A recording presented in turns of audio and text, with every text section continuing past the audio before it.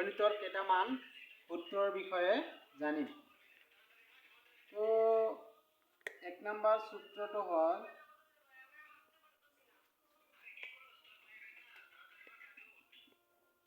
a plus b whole square equal to a square plus 2ab plus b square। এইটো এটা সূত্র। আৰু এটা হ'ল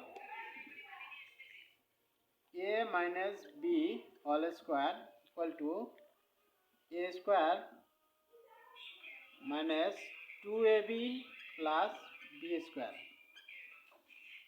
3 নম্বৰ সূত্ৰটো হ'ল a square minus b square equal to a plus b into a minus b।